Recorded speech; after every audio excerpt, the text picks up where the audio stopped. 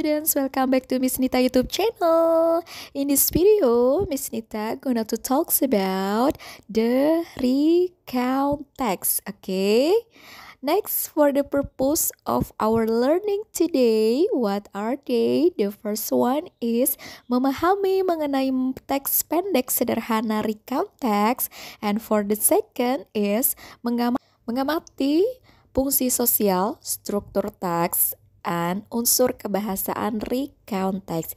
And for the third one is mengidentifikasi teks sederhana mengenai recount text. Oke, jadi ada 3 untuk tujuan pembelajaran kita di dalam materi recount text ya. Yang pertama, kalian bisa memahami, yang kedua bisa mengamati, dan yang ketiga bisa mengidentifikasi. Oke, bisa dipahami ya untuk tujuan pembelajaran kita di dalam materi recount text ini.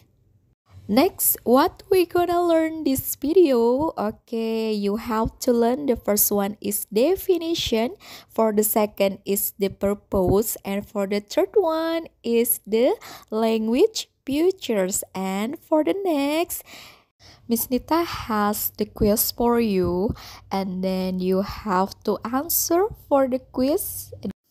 Don't worry guys, if you can answer the quiz, Miss Nita, as usual, give you the more point for this hour's meeting today. Okay, right? Okay. For the next, we gonna learn is about the definition about recount text. You have to read and check this out. Okay, what is the recount text? Recount text is a text retells an experience on an event that happened in the past. Okay, once again, a text retells an experience or an event that happened in the past. For Indonesian language is suatu teks yang menceritakan ulang mengenai suatu pengalaman atau suatu kegiatan yang terjadi di masa lampau. Jadi recount text itu menceritakan sebuah pengalaman yang terjadi ya, atau yang sudah terjadi atau yang sudah kalian alami dan waktunya sudah lampau. Jadi recount text itu bisa menceritakan suatu pengalaman atau menceritakan pengalaman orang lain yang sudah terjadi. Bisa dipahami ya untuk penjelasan mengenai recount text itu sendiri. Next, yang kedua, kita akan belajar mengenai tujuan dan kebahasaan dalam recount text. Okay?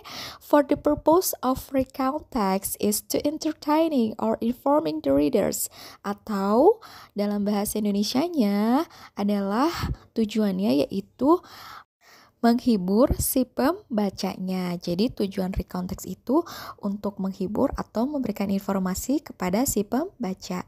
Next, for the language features, because the recount text the event in the past, so in the language features is using past tense or verb to. Jadi karena recount text itu adalah menceritakan suatu pengalaman yang sudah terjadi, maka dari itu kata kerjanya digunakan atau menggunakan kata kerja kedua.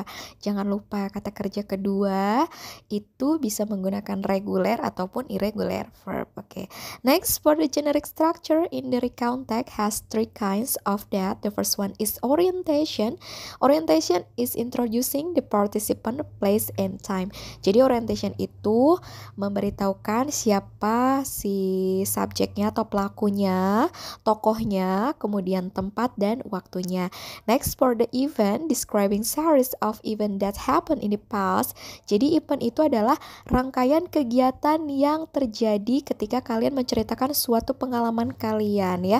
Nanti misalnya kita kasih contoh di dalam short text recount text-nya ya.